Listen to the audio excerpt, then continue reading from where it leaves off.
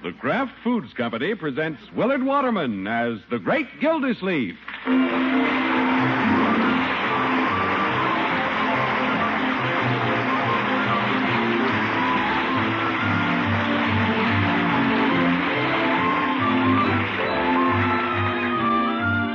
Great Gildersleeve is brought to you by the Kraft Foods Company. Kraft, makers of the one and only Miracle Whip salad dressing. And one and only is right, friends, because there is no other salad dressing like Miracle Whip. No other salad dressing has that distinctive flavor, that lively, teasing flavor that's peppy, yet not a bit too sharp. It's a flavor millions prefer. Enjoy it on your salads. Tomorrow, get a jar of the one and only Miracle Whip.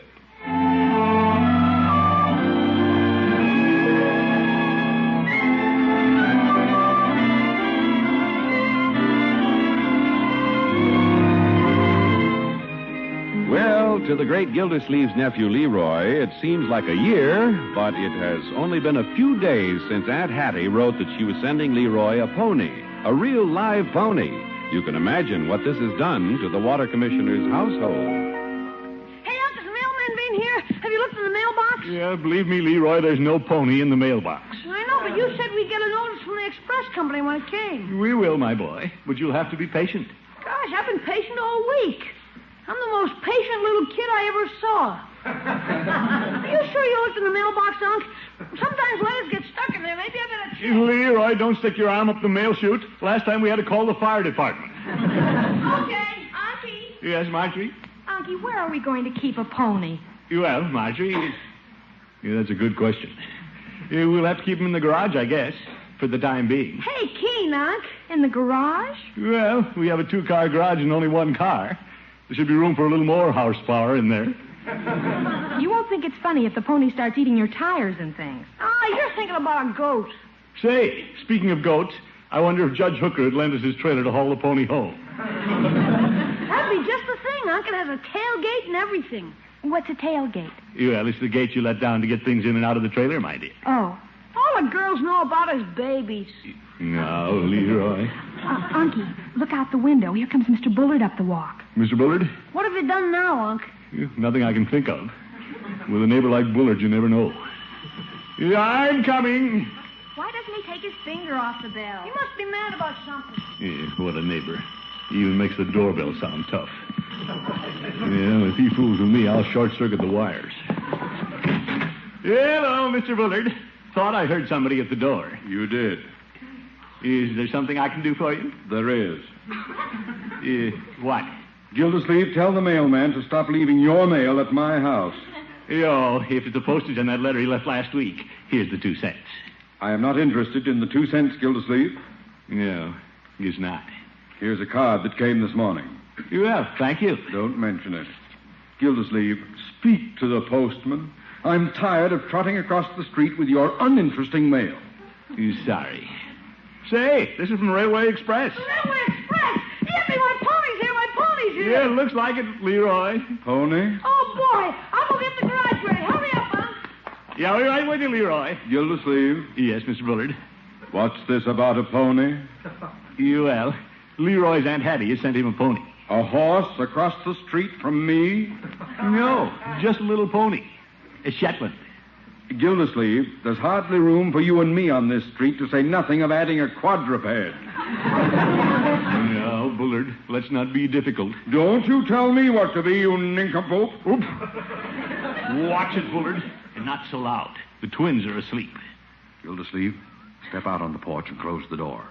Why? I want to shout at you. Now, Bullard, there's no reason for anybody to shout at anybody.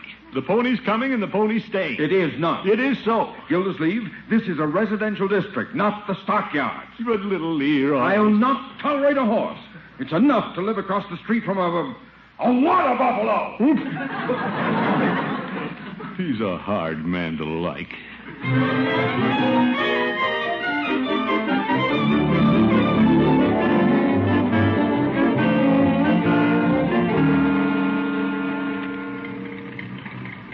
Pull up closer to the garage, Judge. Very well. I just didn't want to tear down the pony's new home.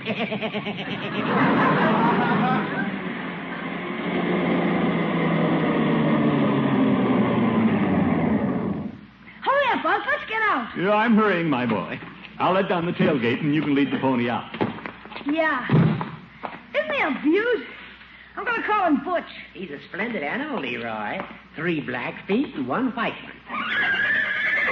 He wants to get out, Unc. Let down the tailgate. Yeah, all right, Leroy. Hang on to the bridle.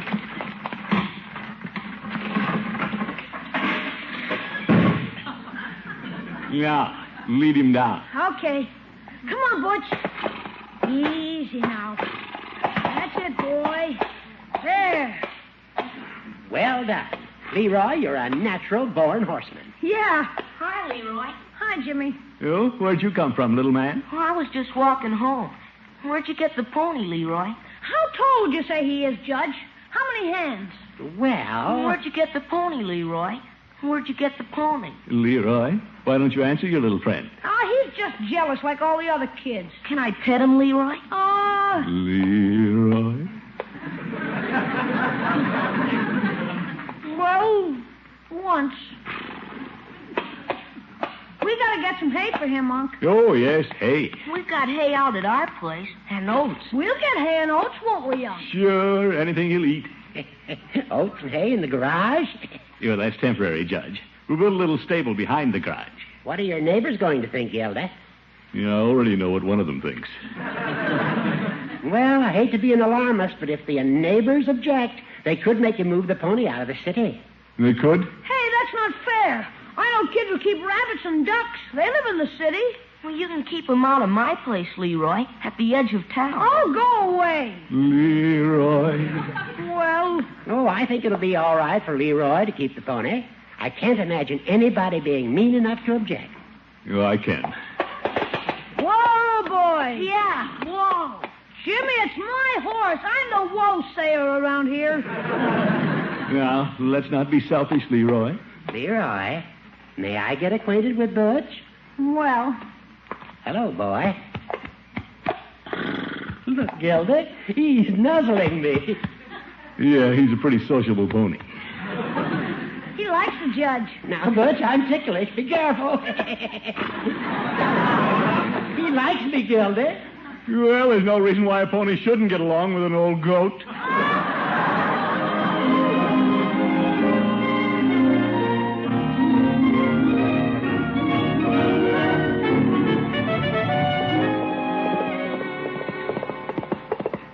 Yeah, Butch, come on, boy. Yeah, little Leroy with his pony. Come on, Butch. You're right, George. This is the best thing that ever happened. Oop. There's Bullard glaring out of his big bay window. I wonder if he would cause trouble. Well, I'll go over and have a neighborly talk with him. Beat him to the punch. Yes, sir, the best defense is a good offense. And that's me, offensive. Yeah, sure, I'll beard the lion in his den, in a diplomatic sort of way. Yeah, I won't lean on the doorbell the way he does at my house. I'll just touch it lightly. Yes? Oops, Bullard. I didn't expect you to open the door so soon. I was torn between opening it and locking it. May I come in? For a minute? If you're not busy. For a minute. Thank you. Did you come over with good news, Gildersleeve? Good news? That you aren't really going to convert your garage into a barn? Convert the garage? Oh, no, indeed. Good. We're going to build a stable behind the garage. Oh, no. Gildersleeve, I've a good mind. Mr. Bullard, don't do something you'll be sorry for. How could I ever be sorry for running you and your menagerie out of the neighborhood? No, Mr. Bullard, it isn't my pony. It's little Leroy's. I don't care whose it is. Sit down a minute. I won't. Mr. Bullard, you were a little boy once. I was not. I was big for my age. Well, as a big little boy, you must have had pets, rabbits, chickens, horses. I had a string of polo ponies at the age of 10. But I didn't keep them in my garage. You know, Mr. Bullard, I've always wanted to ask you about that picture of a horse there over your mantel. That? That's Maud. Fine figure of a horse. Splendid old girl, Gildersleeve. My favorite pony. She had beauty, brains, poise. You know, you can see that. And a fighting heart, just like me. I'll never forget the night Maud lay in her stall with horse fever. Sit down, old man, and tell me all about it. Thank you. Yes, I was just a lad, and Maud meant all the world to me. Yeah, that's the way Leroy feels about Butch. But go ahead. I'm interrupting. Well, about 11 o'clock that night, I heard Maud pawing in her stall. Maud and I were so close, I knew immediately that something was wrong. I dressed quickly, and when I got to the stable, she was down. Too bad. She was hot with fever, Gildersleeve, but she was shivering. I covered her with blankets. All night in the hay, I lay there with her head cradled in my lap. Did she pull through? Well, there was that dark moment just before the dawn. Then, as the morning sun filtered through the haymow, Maud raised her grateful big brown eyes as if to say, "Thank you, Rumson." She made it. Yes, she made it. Here, take my handkerchief. Thank you. Mr. Bullard, what would you have done if somebody had tried to separate you and Maud? Why, they wouldn't have dared. Anyone who'd separate a boy and his favorite horse would be a heartless blackguard. Let's remember that, shall we? Goodbye, Bullard. Goodbye, Maud. Gildersleeve.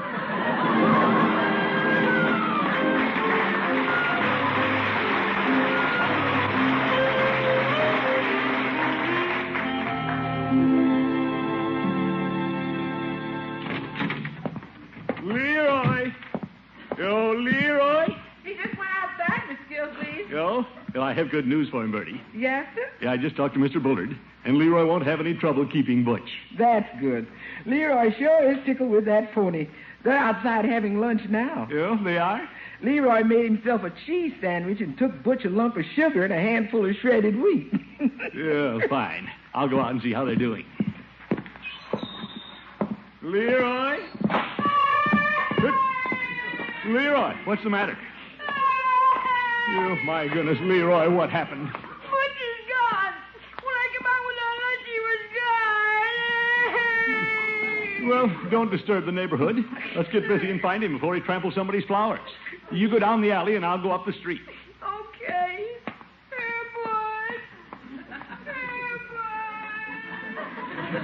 Yeah, that pony can't be far away. Let's see. Which way would he go? Say, here comes Bullard, leading him across the street. He's caught Leroy's pony. Now, isn't that thoughtful of him? What a fine neighbor. Gildersleeve! Well, Bullard, awfully nice of you to bring the pony over. I am not being nice. The minute you left, he was over in my yard. This animal has to go. But, Mr. Bullard, why? He just ate the bullseye out of my archery target. Well, they like straw, you know. And he's grateful.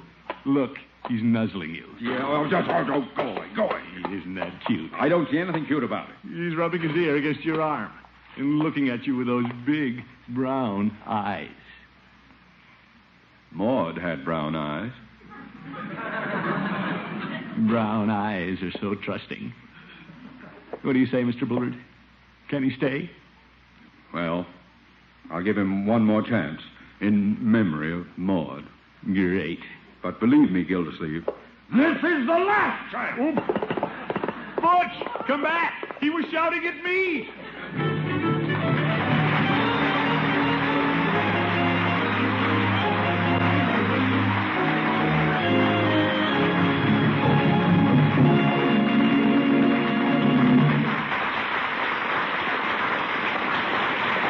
The great Gildersleeve returns in a moment. You know, salads are mighty good for everyone, and if you have trouble getting the folks at your house to eat them, just try this. Make an especially tempting salad. Maybe one with chilled grapefruit and orange sections, arranged pinwheel style on beds of crispy lettuce, and topped with a few pecan halves. And then, to be sure this salad will taste as delicious as it looks, top it with a generous spoonful of the most popular salad dressing ever created. I mean, Miracle Whip. I don't see how anyone could resist a combination like that, sunny citrus fruit topped with such good salad dressing. And Miracle Whip sure does taste good. millions of folks say Miracle Whip tastes just exactly right. Miracle Whip tastes different, too, because it actually is a different kind of salad dressing. It's made from a secret Kraft recipe that combines the very best qualities of old-fashioned boiled dressing and fine mayonnaise. And it's blended a special Kraft way so it's smooth as smooth can be. No wonder Miracle Whip is America's favorite salad dressing. Yes, really, America's favorite, because Miracle Whip outsells the next 20 leading brands of salad dressing combined. Try it, won't you? Get a jar tomorrow and see if your folks don't like their salads more than ever before when you make them with the salad dressing millions prefer, Miracle Whip.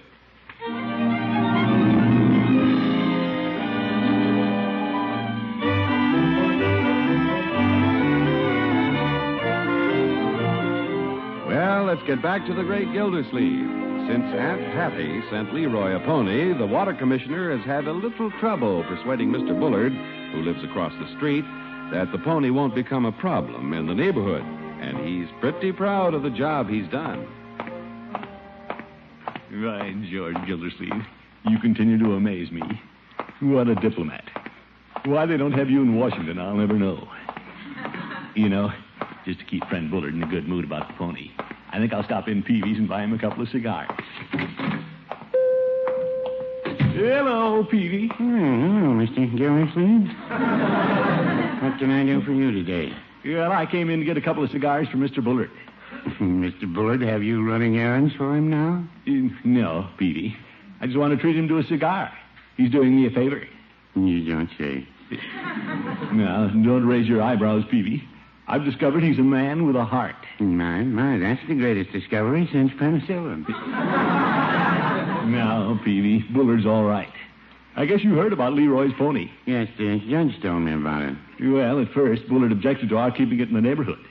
But I found out how to handle him. It took me to find his soft spot. Mr. Bullard has a soft spot? Yep, right over his mantle. How's that? Well, that's where he keeps his favorite horse. He has a horse over his mantle? It's just a picture, Peavy. But Bullard is pretty sentimental about it. It was his favorite polo pony. Her name was Maud. I used to have a Maud over the mantle. She was Mrs. Peavy's aunt. Really? She couldn't play polo, but her name was Maud. Yeah. I'm glad Mr. Bullard isn't giving you any trouble about the pony. Oh, not a bit now, Peavy. I have him eating out of my hand. Hand me the cigar. Okay, well, here comes Chief of Police Gates. Well, hello, fellas. Hello, Chief. Glad to see you. I'm not so sure you are, Commissioner. Yes, yes. Are you keeping a horse at your house? A horse? Well, not exactly, Chief. Why? It's a pony. Yeah, a little pony. Mr. Bullard has filed a detailed complaint against the animal. Mr. Bullard? The fellow who is doing the favor for you. He's asking for seizure and removal of the poor creature from the neighborhood. Sorry, Commissioner. Yeah, but, Chief... He said the animal ate the bullseye out of his archery target. Yeah, I know that. But scarcely an hour ago, he promised to give us another chance. You've had it. What? Seems the pony slipped his halter, went back over to Bullard's, and rolled in his pansy bed. Oh, my goodness. Chief, can't you do something? My hands are tied, Commissioner. There's an old ordinance on the books, and you're a city official. You don't want to break the law. Well, no. I'm to meet Bullard at your house in 15 minutes to do the dirty deed. Sorry, Commissioner. So am I. So am I.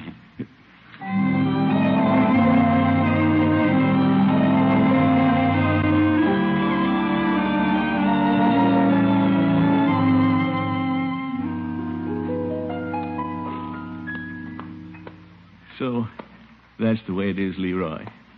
I wanted to tell you before they get here. Gosh, Unc, do I have to give him up?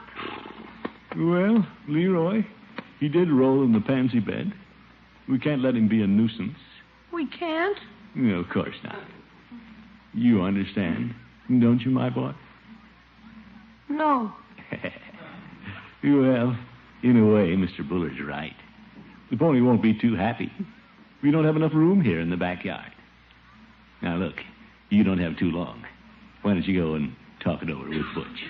Okay, Unc. Yeah, I'll go intercept the chief, see what they plan to do. Okay. They aren't going to do anything. They aren't going to find you. Come on, Butch. In the house, through the back door.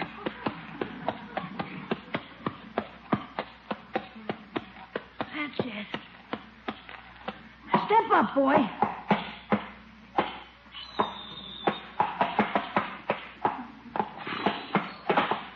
Quiet, boy. Quiet. Tiptoe.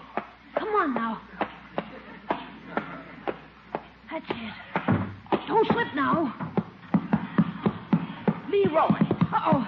Yeah, Bertie? what are you doing with that horse in the house? I'm taking him upstairs to my room. Leroy, you get that horse out of here. But I gotta hide him someplace, Bertie. They're coming after him. Who is? Mr. Bullard and Chief Gates. The police? What that pony done? Nothing much. But if I don't hide him, they'll take him. Leroy, you can't take that pony upstairs. But gosh, Bertie, what'll I do? Of course, I have heard of ponies in the basement, You have? especially basements like ours. Keen, Bertie. Don't tell anybody you saw us. Leroy, if I told anybody I saw a horse in the house, they'd think I was crazy. Yeah, I guess they would. And Bertie ain't crazy, so she ain't gonna tell nobody she saw a horse in the house. Thanks, Bertie. I don't know where the pony is, Chief. The last time I saw him, he was in the backyard. Here they come, Leroy. They're coming through the kitchen. Now, we gotta get out of here. Come on, boy. Out the front door. Say, that sounded like a horse. Chief, who ever heard of a horse in a house? Whoa. Oh, hello, Bertie. Afternoon, Chief. Bertie, what was that noise? Did you hear something? It sounded like a horse. Could have been me. Bertie, I'm afraid this sounded like something on 4 legs. Well, I walks awful heavy on 2. Now, Bertie? Say, that's coming from out in front. Well, Chief, do your duty. Right. Hurry up. They're getting away. Out the front door. Come on. Ah, there they go. Isn't that pretty? Leroy! Leroy, come back and surrender! I used to ride like that when I had Maud. Well, I think I can catch him if you'll let me through the door. Stop pushing, Well, Chief. Yeah. Stop pushing. But I can't catch him if you don't let me through. Well, they're out of sight now. Chief, why didn't you do something instead of just standing there? I tried. You wouldn't let me. Who? Me?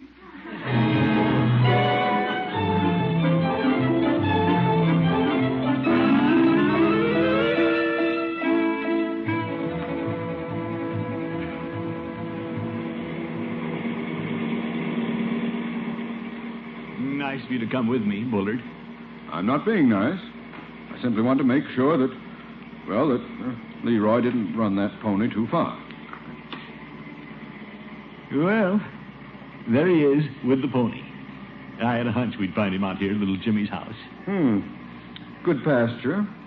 Not bluegrass, but it's pasture.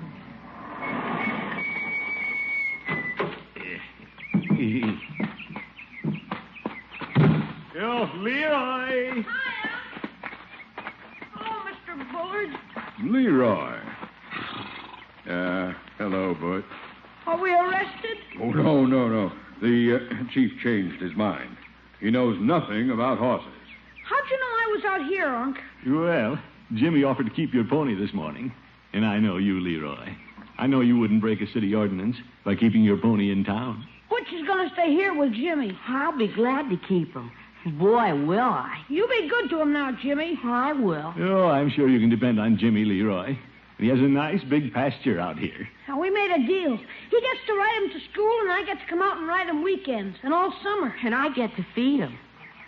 Sounds like quite a deal. Well, it's legal. Well, I think we better start for home, Leroy. It'll soon be time for dinner. Okay. It's dinner time for Butch, too, Jimmy. Leroy, I know how to take care of him. I'm going to give him some oats tonight. Well, if you run out of oats, he likes shredded wheat. And don't let him roll in the pansy beds. Well, I'm going to put him in the pasture. He can run with the other horses. Oh, he'll like that. There'll be company for it. Yeah. Well, goodbye, Jimmy. Bye. Goodbye, Leroy. Bye. Come along, Leroy. Okay. Bullard? Oh, thank you. Thank you. Yeah. Goodbye, Butch. The pony will have a nice home there, Leroy. Horses don't like being in town. They like freedom. The hard pavement hurts their hooves. You understand, don't you, Leroy? Sure. Poor little Leroy, lost in his thoughts. He's had a busy day. Unc, Yes, Leroy? do you suppose you'll forget who I am by next Saturday? No, he won't forget you, my boy.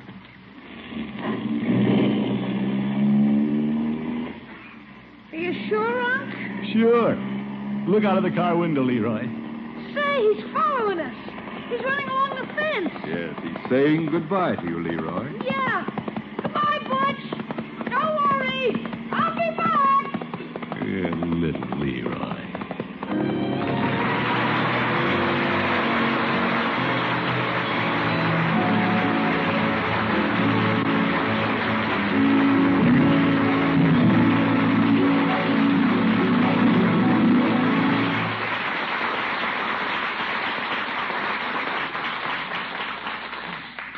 The Great Gildersleeve will be right back. Do you like shrimp salad? I'll bet you do. And for the best shrimp salad you ever tasted, remember to do this. Make it with Miracle Whip salad dressing.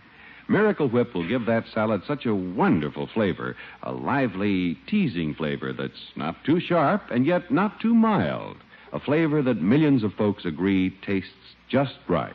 Yes, Miracle Whip tastes so good it's become the most popular salad dressing ever created. Try it, won't you? See for yourself how good your salads can taste when you make them with America's favorite salad dressing, the one and only Miracle Whip.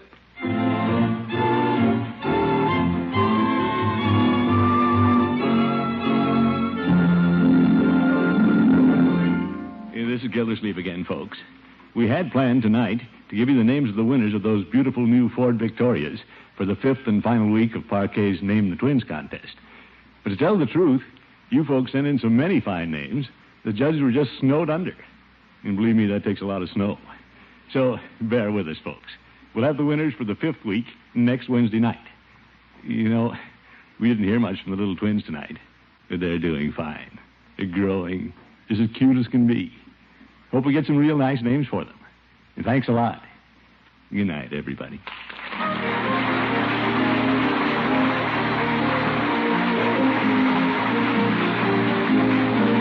The Great Gildersleeve is played by Willard Waterman. The show is written by Paul West, John Elliott, and Andy White, with music by Robert Armbruster. Included in the cast are Walter Tetley, Mary Lee Robb, Lillian Randolph, Gail Gordon, Ken Christie, Jeffrey Silver, Earl Ross, and Dick LeGrand. This is John Easton saying goodnight for the Kraft Foods Company, makers of the famous line of Kraft quality food products. Be sure to listen in next Wednesday and every Wednesday for the further adventures of the Great Gildersleeve.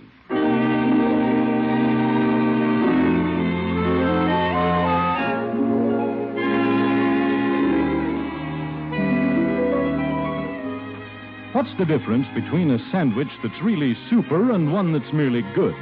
Well, here's the answer. Kraft's Prepared Mustard. For when you add a little mustard to cold meats or cheese, you add a lot of tang. Hidden flavors pop right out. Every bite tastes better. There are two kinds of Kraft mustard, you know. Kraft salad mustard, mild and delicately spiced, and Kraft mustard with snappy horseradish added. Have both on hand for different tastes, different uses. With either kind, when you add a little mustard, you add a lot of tang. Get Kraft's Prepared Mustard. Hear the Falcon each Sunday over this station. Check your newspaper for time of broadcast and listen next Sunday as the Falcon solves the case of the Big Talker.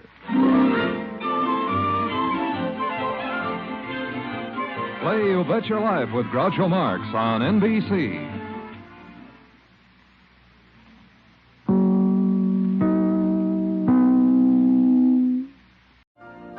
You've been listening to the OTR Gold Network. Find more classic radio at otrgold.com.